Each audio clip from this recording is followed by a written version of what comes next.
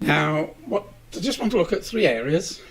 Sadly, we've got to look at Brexit again. We hope that soon it will all be over, but it is something which is very central to what is happening, especially in this country. So we'll spend some time looking at Brexit, and then a look at Europe, and then just briefly a few slides on Israel.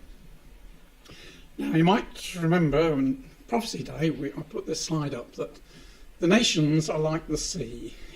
They roar, they run to and fro, and the affairs of men are very much like the tide coming in. It comes a few feet and it recedes, it comes a bit further and recedes and comes a bit further.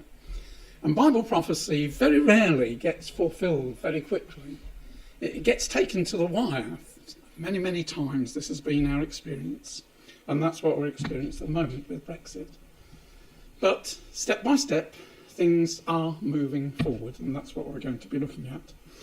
And in many fields, some of which we're not going to cover at all, we can see now much more clearly things compared with just a few years ago. If we think of Israel's relations to the Arabs, with the Arabs, we know from Ezekiel chapter 38 that there will be a group of Arab nations who will be opposed to the coming invasion of Israel by Gog. Now, to think that Arab nations would be supporting Israel a few years ago would have been unbelievable.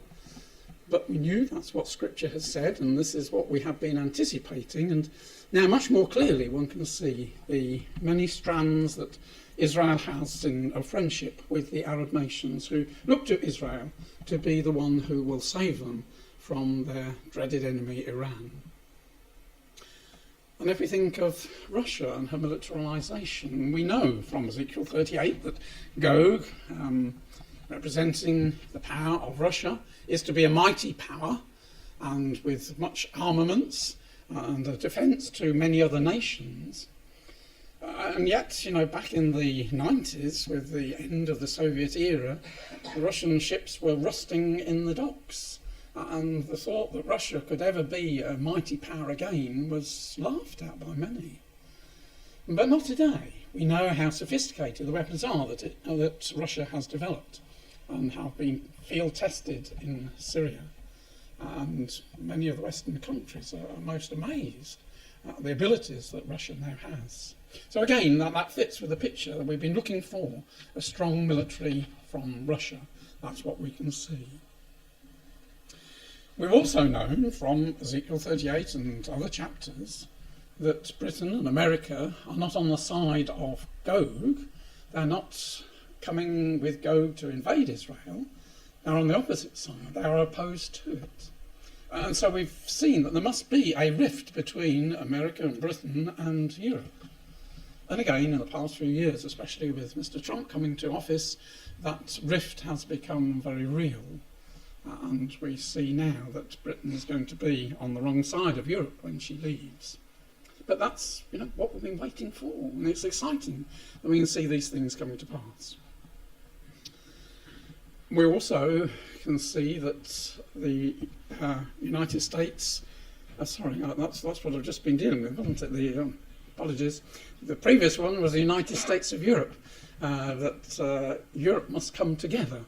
And again, with the new EU Commissioner who starts her job on November the 1st, the beginning of next month, this is her aim, to have a United States of Europe with its own army.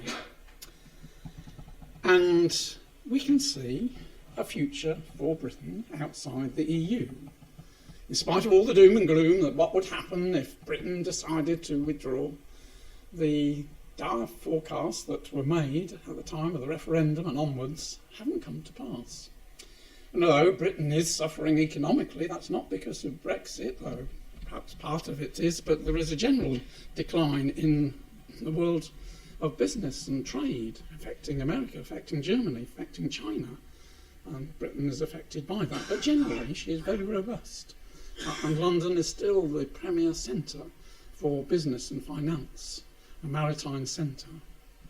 So it's exciting things, and we can see so much happening, and the picture gets clearer and clearer as time gets on.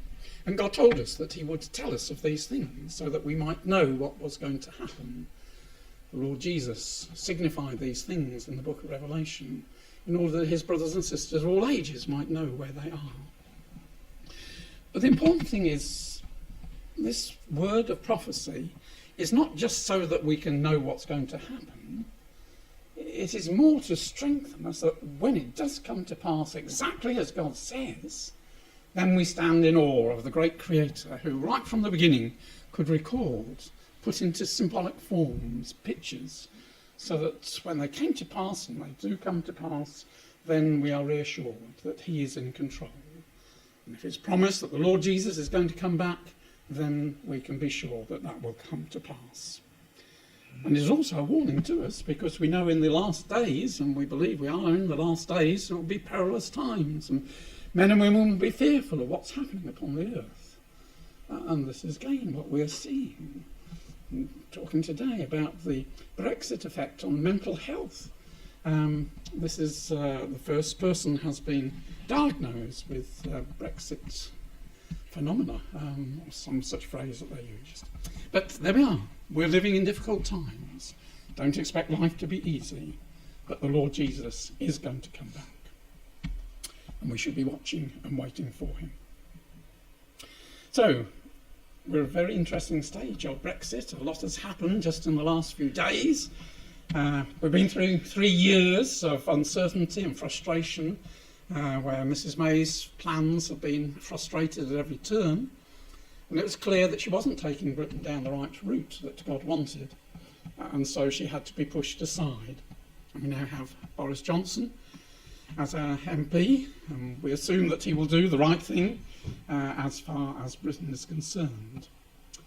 But we've experienced the ferocious backlash from the Remainer party in the MPs in the British Parliament, who are so fearful of leaving the embrace of the EU and doing everything they possibly can to frustrate Johnson's plans of us, Britain, leaving on the 31st of October, the end of this month.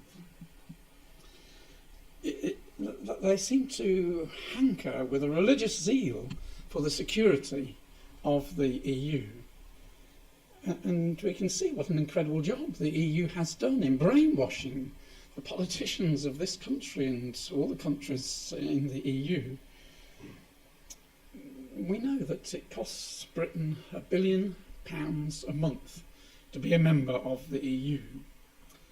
And yet the EU's economy is shrinking. Its growth rate is almost negligible. It's run by unaccountable bureaucrats who haven't been elected by the citizens. It has a euro which is fatally flawed, and the majority of the citizens of the United Kingdom are very tired of their lives being taken over by this mammoth of the EU, and they long for the freedom that would lie outside its grips. And so Boris came along and made this great statement: no ifs or buts, we're out of Europe on the October the 31st. That's what he's canvassed for, and he's very anxious that that comes to pass, in spite of what Parliament might prevent him doing. He's put a new heart into the Conservative Party, who've been very down because of the growth of the Brexit Party. Now, with Boris as a leader, they can see that there is purpose and not afraid to go out and canvass on the streets as they were under Mrs May. He has lots of ideas of how to make Britain great again, to have many free ports, which have been very successful in other countries, where goods can be manufactured and re-exported without involving any tariffs. This has worked well in Hong Kong and Singapore and Eilat in Israel, and it could work very well for Britain. It's a much smaller cabinet than Mrs May had, filled with people who support him, and is willing to take the plunge of escaping from the EU clutches as soon as possible. So we wait to see what will happen. As I say, it's interesting that on November the 1st, there's a new batch of EU commissioners who take up their role. and I'm sure that they don't want to be bogged down with Britain half in, half out. They want to get on with their plans, just as Boris wants to get on with plans for Britain. So we have to wait and see what's going to happen. But as I say, as far as poor Boris is concerned, in this country, the parliamentarians have done their very best to tie him in knots and prevent him from achieving his goal. Timetable is getting very short. Here we are, October the 3rd. The big summit where the fate of Britain will be discussed is on October the 17th and 18th in a fortnight's time. And Brexit, I put Brexit 3 because we've had 2 postponements of Brexit, so this is the 3rd date, is scheduled for the end of the month on October the 31st. Now, his foes in Parliament have declared and passed the Ben law that says that if there is no deal by October the 19th, then he must ask for an extension. And a 3-month extension is what he has to seek for, which puts Brexit on January the 31st, 2000. That's if he gets no deal. If he gets a deal and there is an agreement, then Britain leaves on the 31st of October. Now, his parliamentary foes are a bit frightened that he's going to find a way of escaping from that obligation to ask for an extension, and they have been plotting to bring it forward to this weekend. But it's been very apparent over the last 3 days that they're getting nowhere because they can't agree among themselves. The Labour and the Lib Dems and the Conservatives, who were thrown out of the Conservative Party, lost their whips, cannot agree among themselves. And so there doesn't seem to be much prospect of this no deal being brought forward. So, plans at the moment, Boris announced yesterday that Parliament will be prorogued again, as it always is at the end of a session, on October the 8th, and then the Queen's speech will be on October the 14th with a new session of Parliament. So that is the plan at the moment. We wait and see. Many things can happen.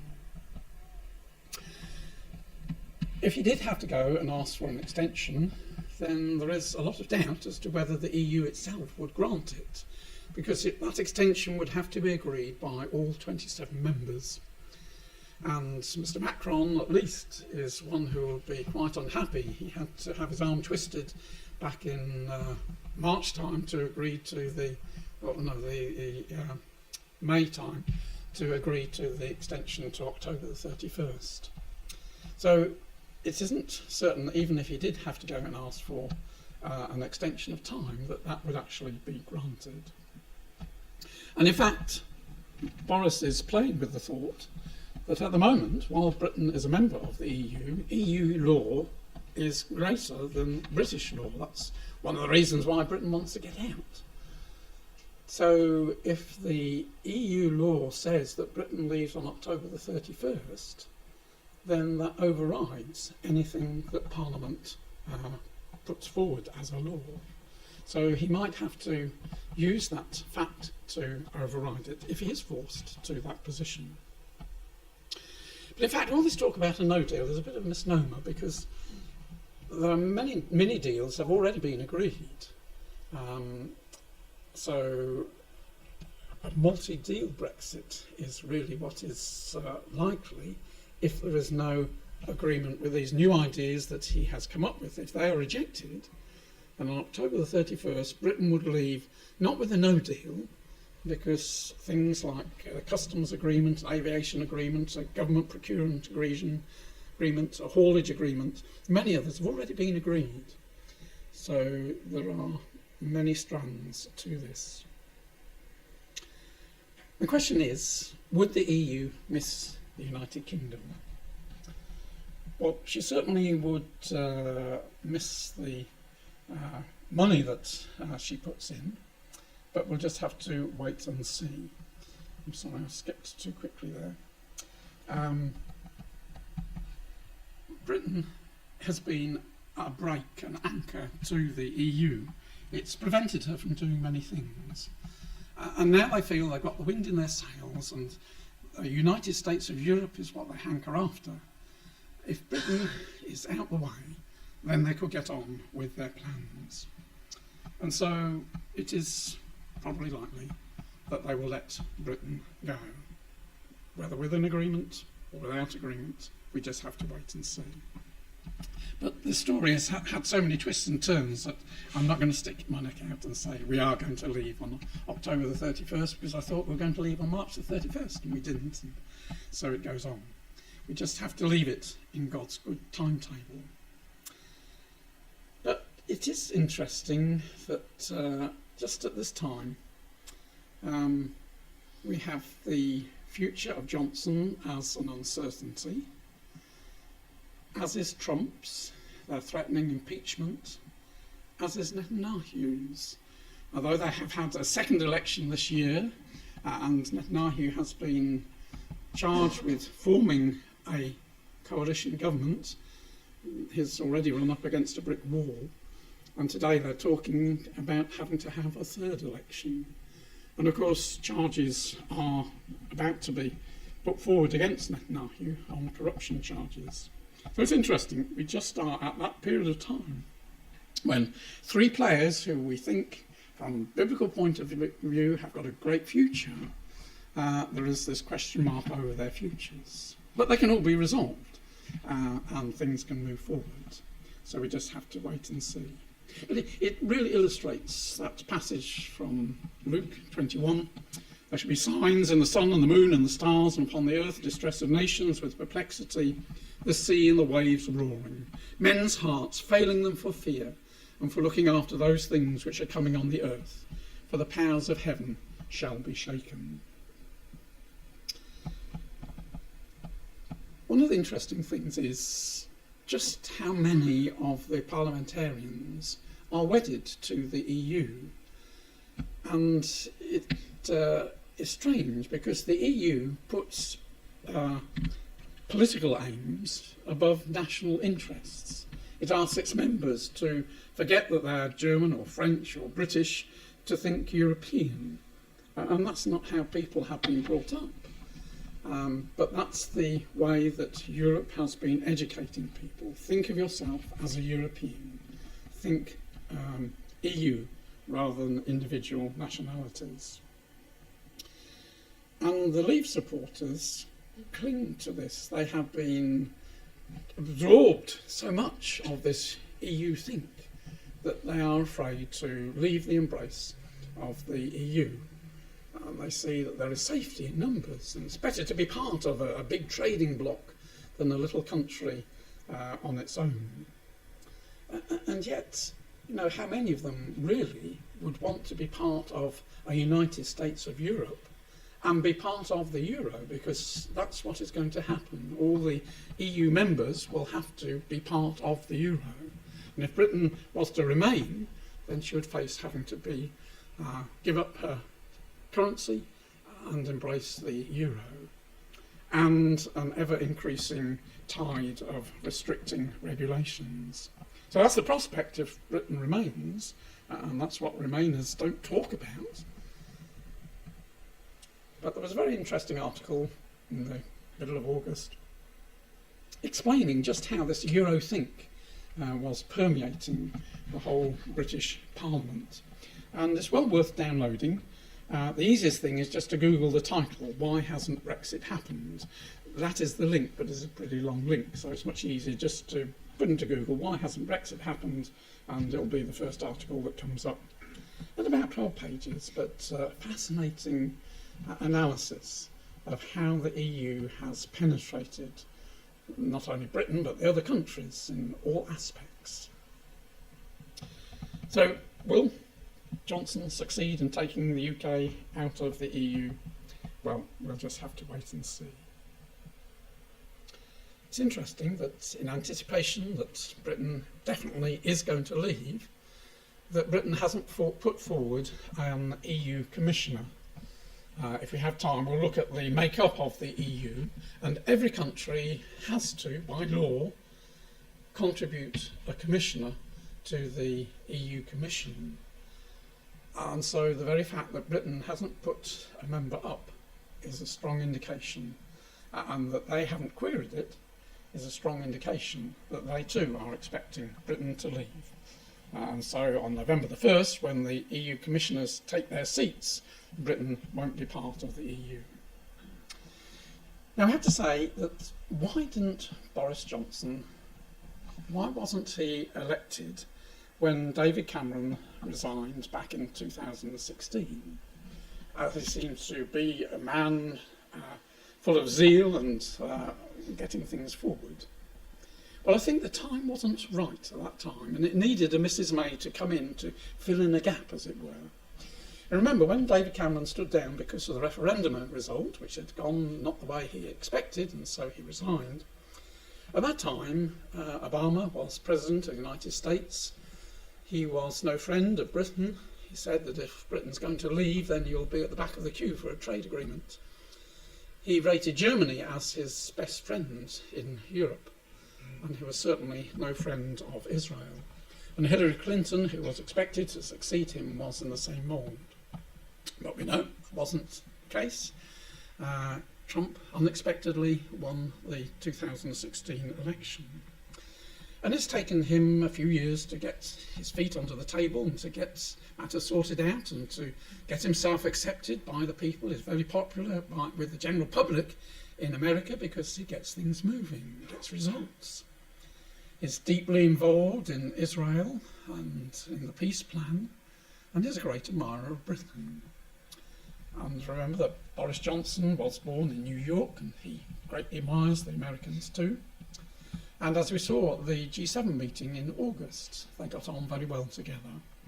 In fact, Trump said, "We really like each other, and we had a great 2.5 days. I've been waiting for him to be Prime Minister for about 6 years." Also, Boris Johnson has now the hindsight of seeing the chaos of the pathway that Mrs May took. And although it seems a wasted 3 years, yet it wasn't wasted. It gave him the spine, backbone to say, there's no way we can be part of the EU. It's got to be a clean break. We've got to leave the EU. And so he's seen that and he's seen the disarray of the other parties, and that has helped him. There was an interesting article in the Telegraph back in August, headed "Europe risks losing the UK to the Americans for half a century unless it changes course fast." Ambrose Evans Pritchard is their main business editor. For 3 years, the EU has treated Brexit chiefly as a disciplinary issue. Brussels is learning late that Britain's strategic realignment is just as much a bidding war, and Europe's bid has come in too low. The Americans have swooped into the vacuum. They have wooed the nation with sweet whisperings. Unless the Europeans attempt some seduction themselves, and I would not count on it, Washington will steal the diplomatic prize from under their noses. Britain is a diminished prize, but not a trivial one. It still absorbs 400 billion euros of EU goods each year, Britain's biggest surplus market. The military spending of the US, UK and Canada together is 4 times greater than the combined defence budget of the rump EU. The UK will be drawn deep into the North American orbit. This is incompatible with the EU's regulatory structure. Once it happens, there will be no turning back in my lifetime. Trading patterns will harden for a century, half a century or more. So it's an interesting observation that Britain and America are being drawn together, and that will make a complete break with the EU. So it's interesting, Boris has just come along at this particular time. Now, yesterday he was setting forward his proposals of how the backstop could be removed and the plan that he has submitted to the EU leaders. And this involves a 2-year transition period. At the end of that period, the Northern Ireland and the rest of the UK leave the EU, but the Northern Ireland remains under EU rules for 4 years until 2025. Now that will involve a hard border between the United Kingdom and Northern Ireland. So any goods going to Northern Ireland from Britain, from mainland Britain, would have to go through border checks in Northern Ireland. There will also be border checks between Northern Ireland and Southern Ireland, but these will be initiated away from the border for historic reasons, that these border crossings have been matters of great contention between North and South of Ireland.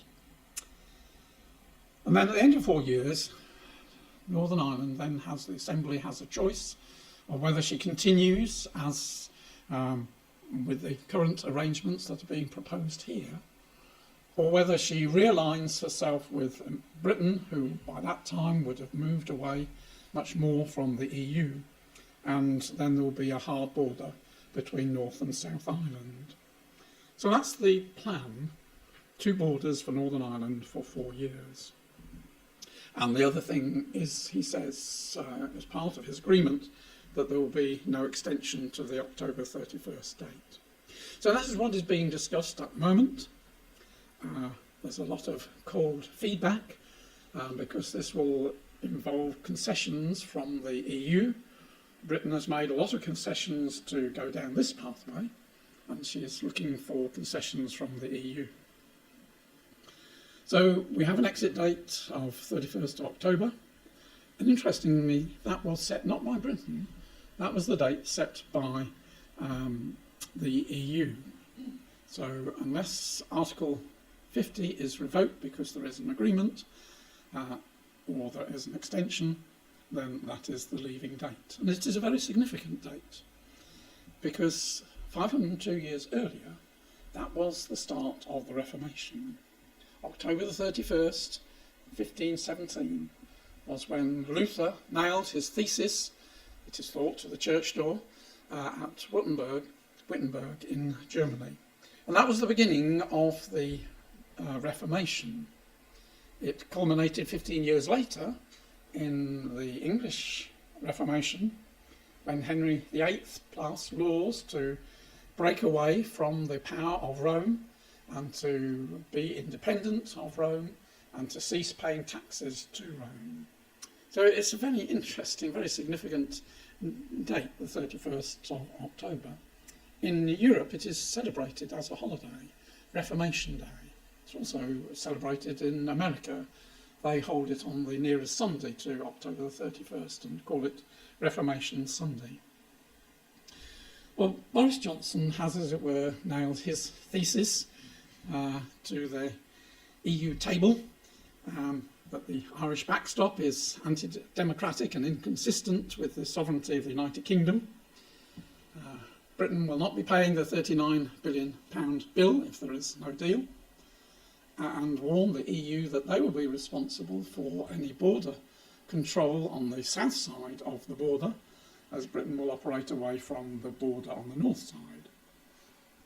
And back in early September, the UK civil servants were told, don't get involved in any EU business, concentrate on preparations for leaving on October the 31st. So the interesting thing is that if Britain does leave on October the 31st, whether the Eurozone will be strong enough to withstand that shock. Because although Britain will be affected to some extent, not to a very great extent, there will be a big stimulus to replace EU goods with goods from elsewhere, from America, from the Commonwealth. But for the EU, not only will she lose Britain's contributions, but she will lose this vast market for her goods. So the EU is far more vulnerable than Britain, and their exports to the UK are far greater than the UK's exports to the EU, so they are the ones who are going to suffer the most. And in the Telegraph today was this article again by Ambrose Evans Pritchard. EU is defenceless against a crisis, but may force no deal regardless. So what he was saying is that it would be in the EU's interest to do a deal with Britain, but their ideology may be that they'll be prepared to suffer and not bother with a proper agreement. But he says, the gods of the global economic cycle have conspired to help Boris Johnson. As a matter of raw political brinkmanship, worse is better. As Boris delivers his take it or leave it proposal to Brussels, The Eurozone has its back against the wall. Germany is in recession. Europe's industrial slump is deepening. The European Central Bank is a broken and exhausted institution. So there could be big problems if the EU decides to cut off its nose to spite its face. We shall see.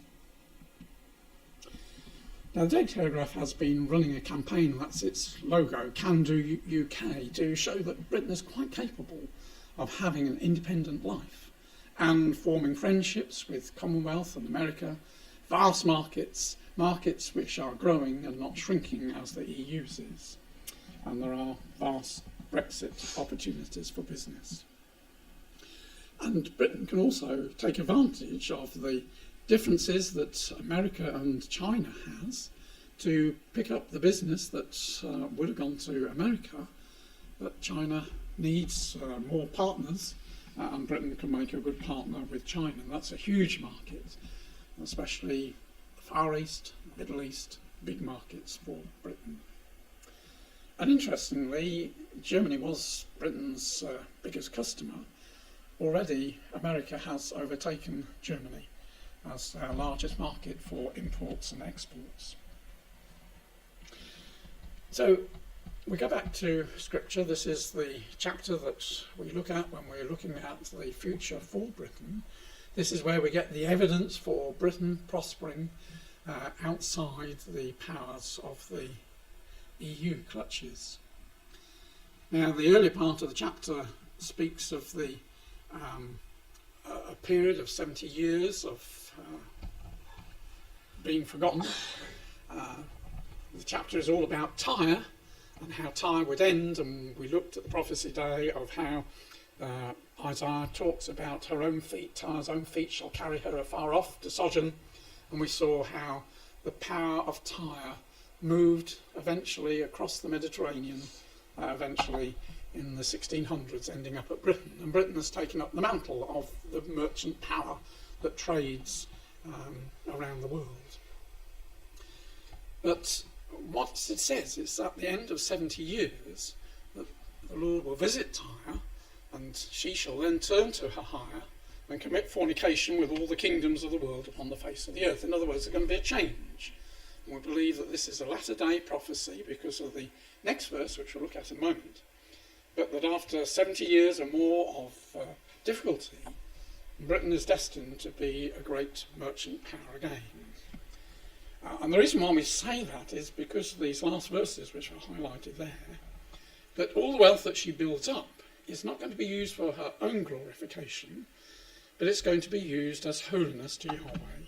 It shall not be treasured nor laid up, for her merchandise shall be for them that dwell before Yahweh, to eat sufficiently and for durable clothing. Now, until recently, I haven't looked at those last two phrases, eat sufficiently and durable clothing. It doesn't sound terribly exciting. But the idea behind eat sufficiently means to eat to satiety, which means to the full. There's going to be abundance of food and blessing. And durable clothing, which doesn't sound very interesting, doesn't it? Hardware and clothing. But in actual fact, in the Hebrew, the idea is very elegant, very choice, very surpassing in elegance clothing.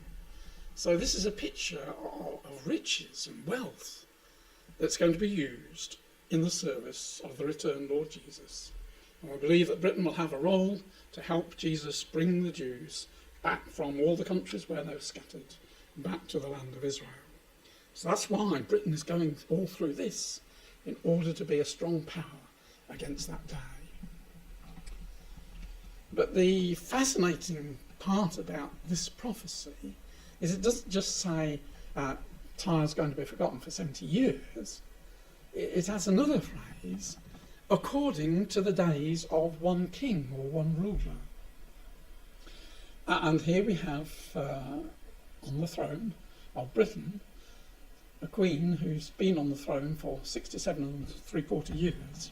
Not many rulers rule for 70 plus years. Wikipedia could only list 3 examples. There are some other examples, about another 5 more, but the dates aren't quite certain, but they're pretty sure they did reign 70 years. So it's not a very frequent occurrence. And here we have a queen who's been on the throne for 67 3/4 years. So does that mean we've got to go another 2 and a bit years before Britain is free to sing as an harlot?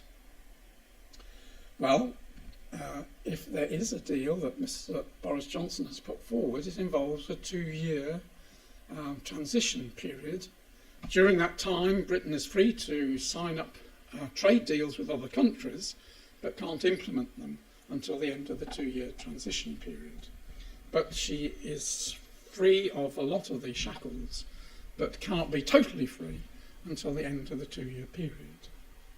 So if we just look, and we looked at this at the prophecy day, just look at the Queen and her story. She was born in April 1926, had her first overseas tour when she was 21, when she promised to serve her people if she became a ruler to the whole of her life, whether it be long or short.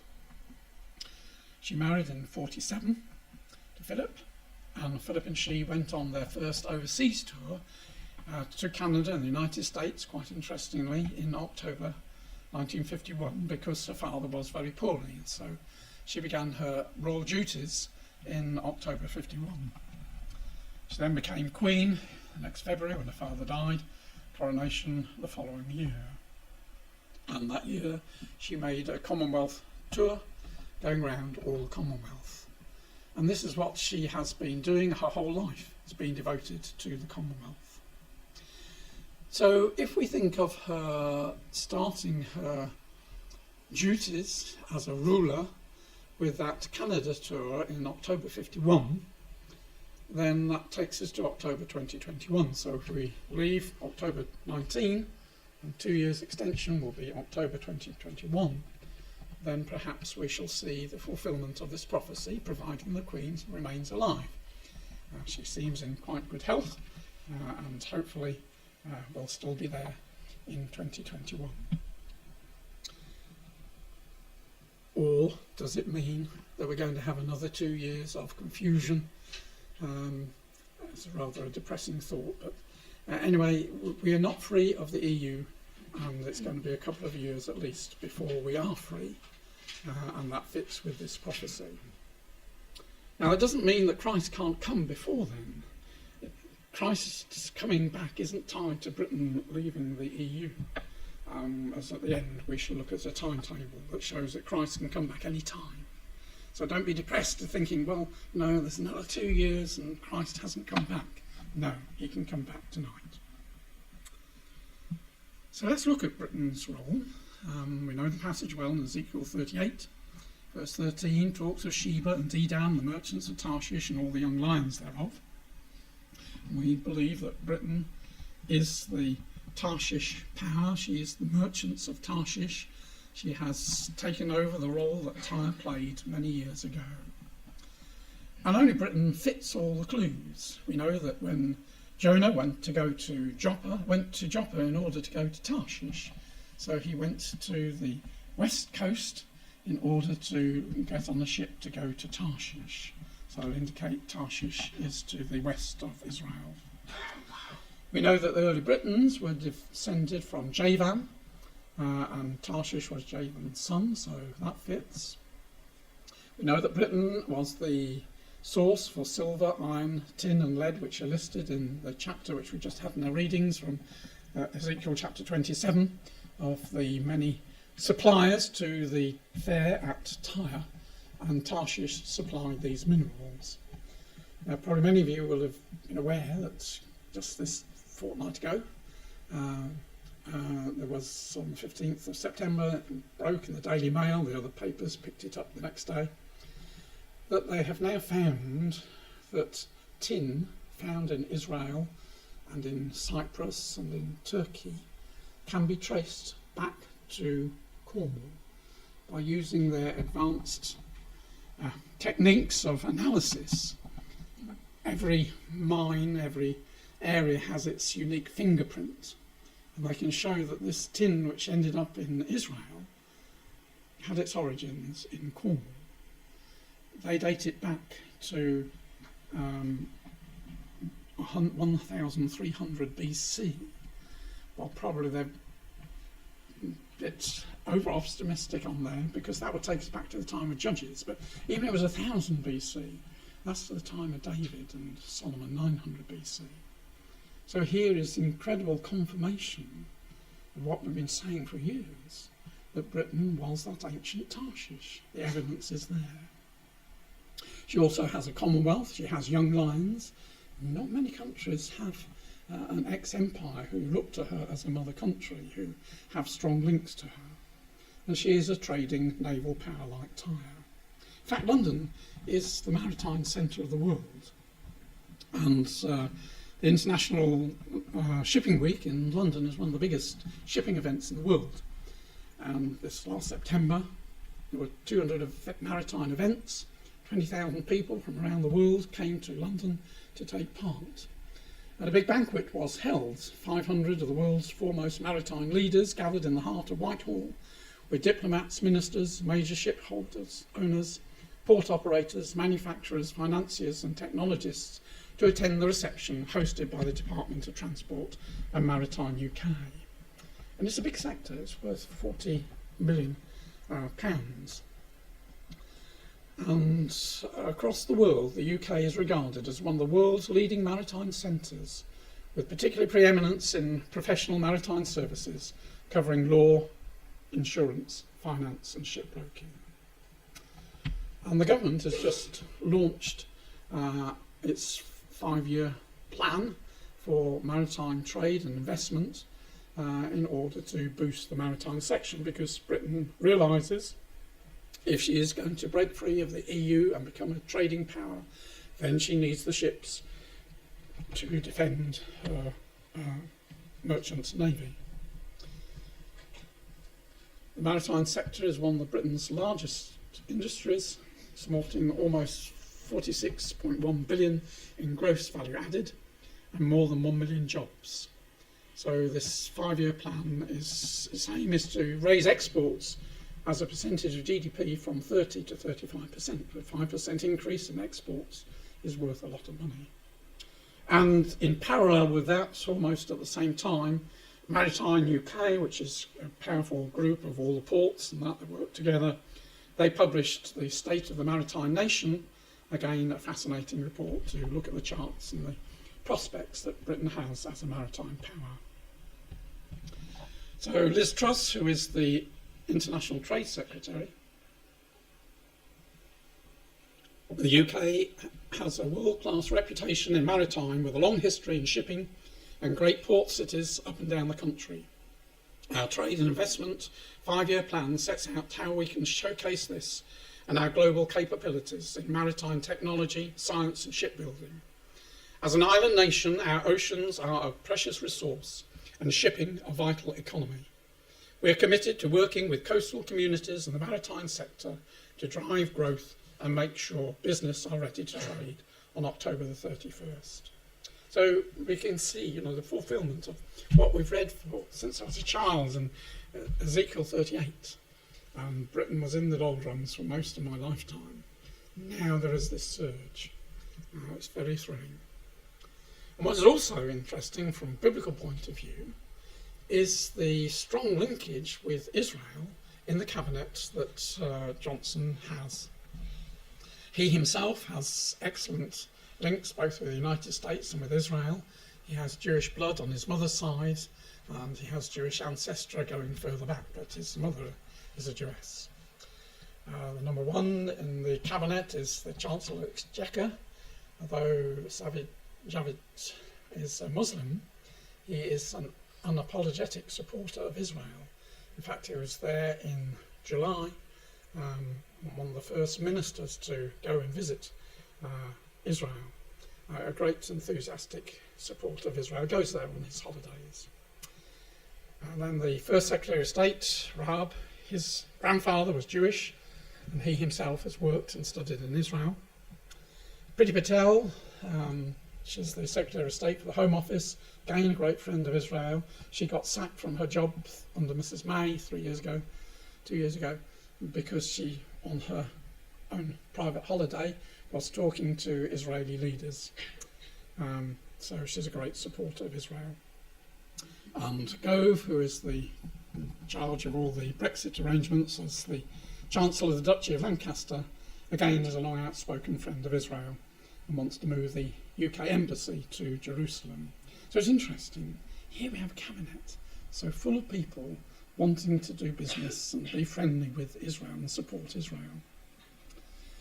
And interestingly, I only came across this book just quite recently, but it actually came out in 2012, called Britannia Unchanged, and it was written by these Conservative MPs to show how Britain mustn't be afraid of leaving the EU and taking an independent course. Now, interestingly, the last 4 of those are in the cabinet, and the first author, I don't quite know how to pronounce his name, Quateng, he also attends cabinet by reason of the fact that he's the Minister of State for Business, Energy and Industrial Strategy. And when this book was launched in 2012, the authors said, "We are convinced that Britain's best days are not behind us. We cannot afford to listen to the siren voice of the statists who are happy for Britain to become a second-rate power in Europe and a third-rate power in the world. Decline is not inevitable," they said, and they set out in the book how Britain can be great again. And these people are in the cabinet. So we hope for great things. And it was also very thrilling to read that back in July, I think that was, yes, July, there was a conference held in Whitehall, put together by the Royal United Services Institute and the Britain-Israel Communication Research Centre, 2 British think tanks, and they put their heads together and had this day conference as to what the future should be for Britain and where do they see Britain's future lying. And they saw it, as you can see in the map there, in the Middle East. This is the traditional stomping ground of Britain. This is where she was for many, many years. Only came out in the 50s from that region and is now going back. BICOM also, with a separate article, looked at Britain and Israel. The beginnings of a new partnership can be glimpsed. Israel is one of the UK's top 50 trading partners. We sell more than 2.3 billion worth of vehicles and machinery annually, and they sell us 1.6 billion in plastics and minerals. Brexit presents an opportunity to develop economic ties, and the 2 countries have already signed a contingency deal to trade on preferential terms after the UK leaves the EU. This is particularly important for the NHS, which fills 1 in 7 of its prescriptions with drugs from Israeli pharma giant Teva. Israel is also a valuable strategic ally. Last week, the RAF confirmed for the first time that it had conducted joint training sorties with the Israeli Air Force, building on mutually beneficial intelligence and security cooperation. So that was a first for the RAF to openly go to Israel and take part in things there. The Israelis were earlier in September in this country with training, and Britain is scheduled to go for some more training in Israel next year. So I won't read this, but again, this is just saying how remarkable. Britain wouldn't have dared to have done it a few years ago because of the fear of upsetting the Arabs. But now Arabs are accepting Israel. Britain can freely go and nobody question that Israeli planes fly to Israel and take part in exercises there. So we're living in a time of great anxiety for the markets. This was The Economist on the 17th of August. Markets in an age of anxiety. And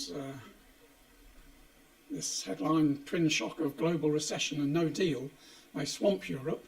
And the headline for today, which already looked at, EU is defenceless against a crisis, but may force no deal regardless.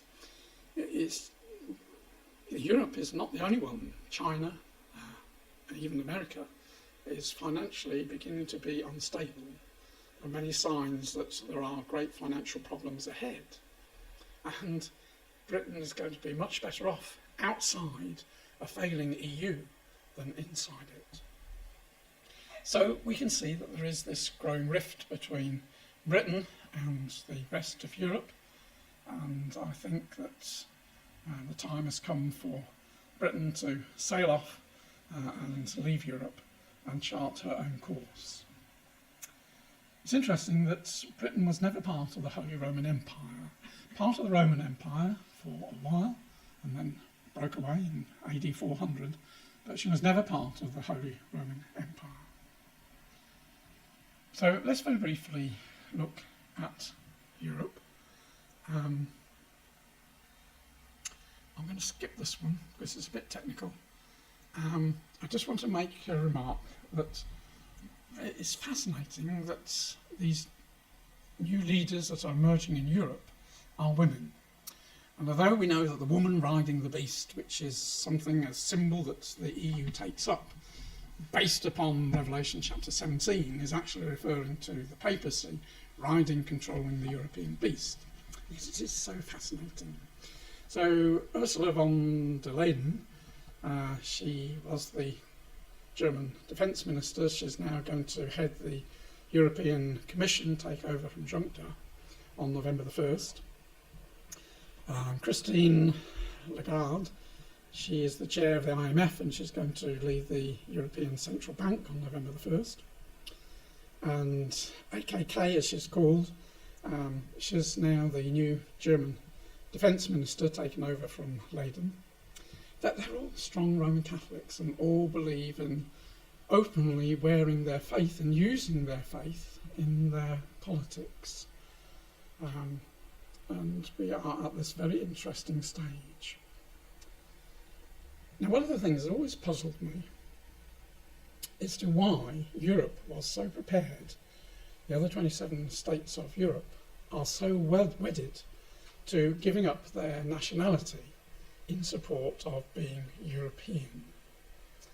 And this book, which has just come out, which was written by a Jew whose parents fled from Germany in the 20s and 30s,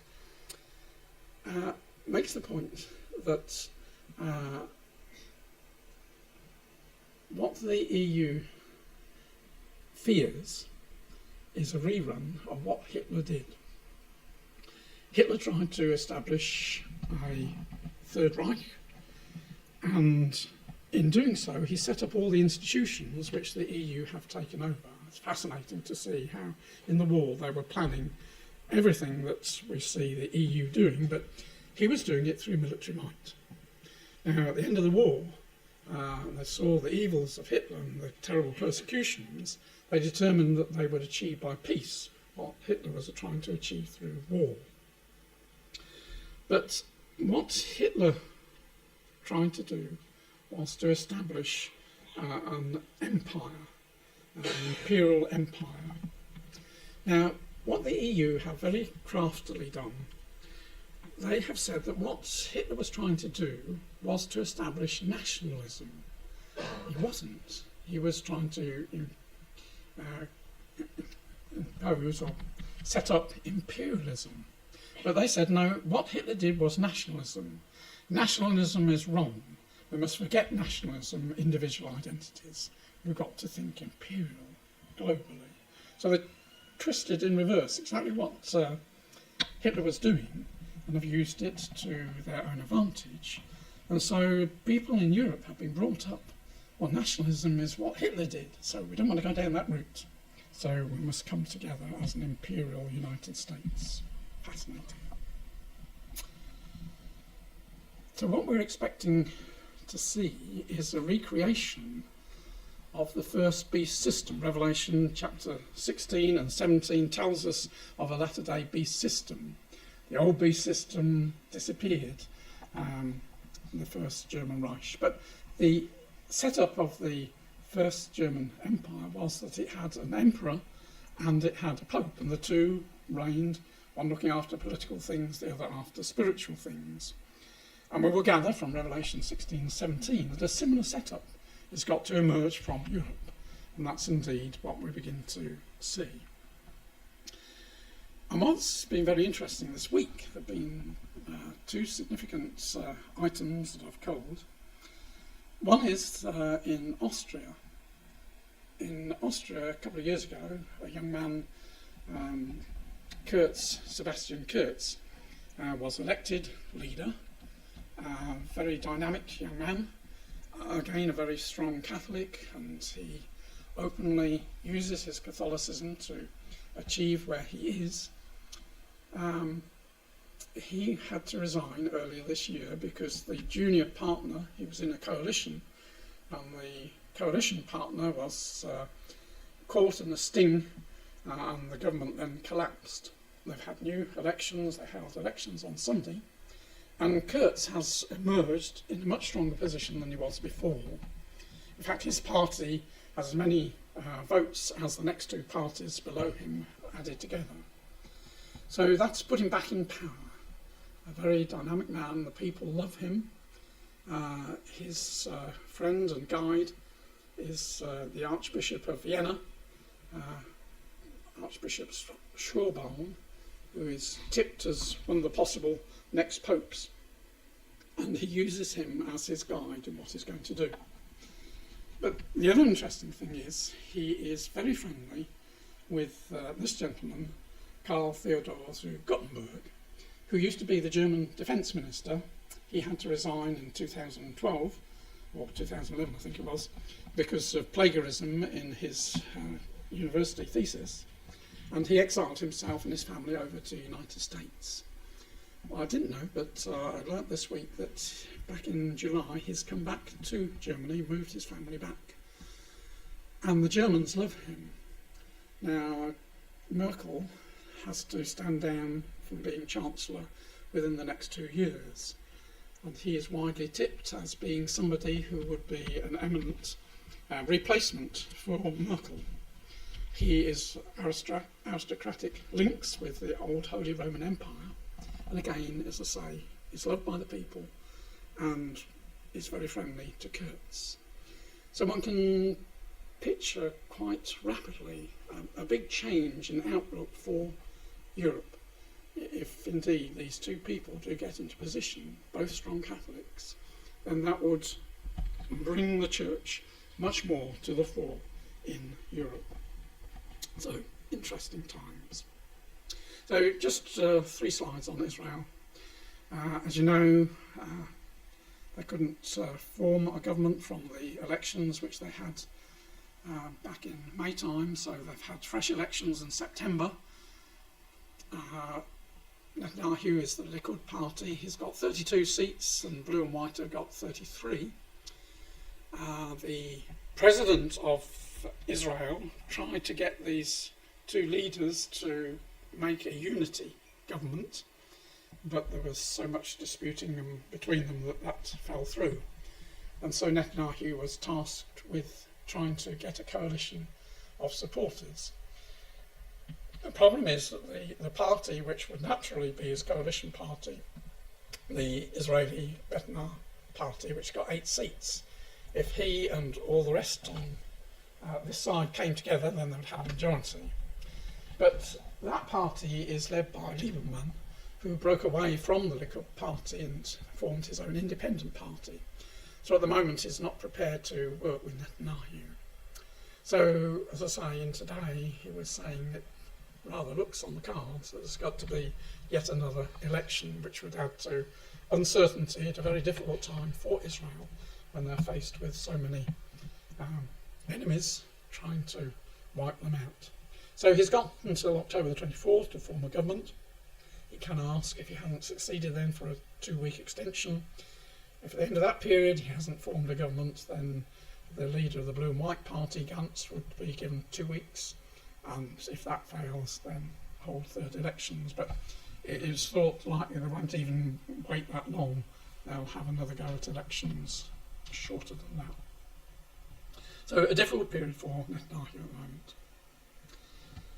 The other slide is the incredible way that with the new F-13 bombers, Israel has been able to dominate Syria and Iraq, and has been very busy, hundreds of sorties, knocking out Iranian bases which are creeping closer and closer.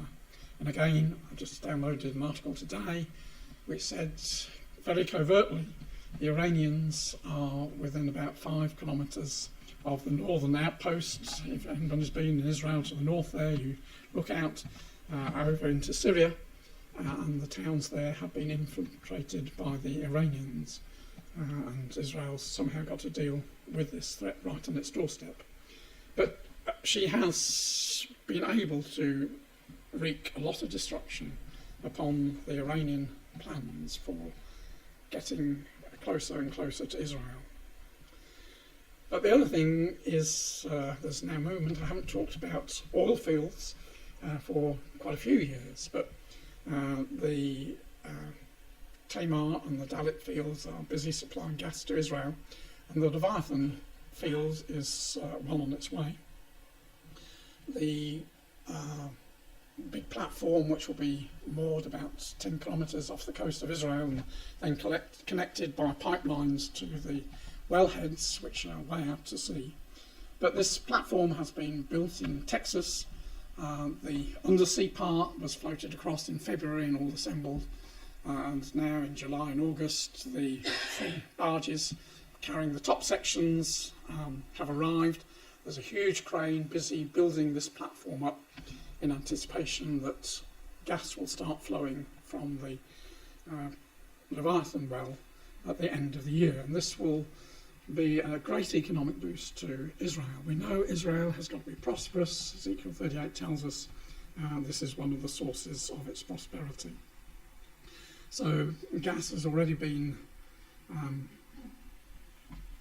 the Israeli government has said that you can export up to 40% of this gas. They've already got agreements with Jordan, they've already got agreements with Egypt, and again just this week it was announced that Egypt was going to increase the amount of gas that she's going to take from Leviathan by 35%, so again a big boost. And one of the other possibilities for supplying gas is this new city that the Saudis are planning to build, and Israel is the nearest source of gas for that. So as far as economy is concerned, Israel is doing very, very well. So just finally, you have seen this before, most of you, but I just want to show from the passages which at the top there seem to indicate that there is quite a time from the coming of the Lord Jesus to his household to the Battle of Armageddon and Christ and the saints coming to save his people. And sometime before that, we know not how long, whether a few months or a year or so, before that is when Gog comes down into Israel. But from the symbology of Leviticus 23, which is the feast day, a 10-year period seems quite an appropriate period there.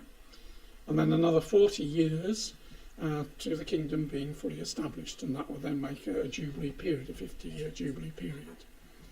So though we can see things have still got to happen, yet Christ can come back at any time, and the final piece of the jigsaw can drop into place during this period before the Christ and the saints go to save the nation of Israel from their enemies. So brothers and sisters, take heart. Things are moving, though there's a lot of toing and froing. The Father has all things under his control. The angels are working very hard, and things will be on course. The Lord Jesus is coming back soon. Thank you.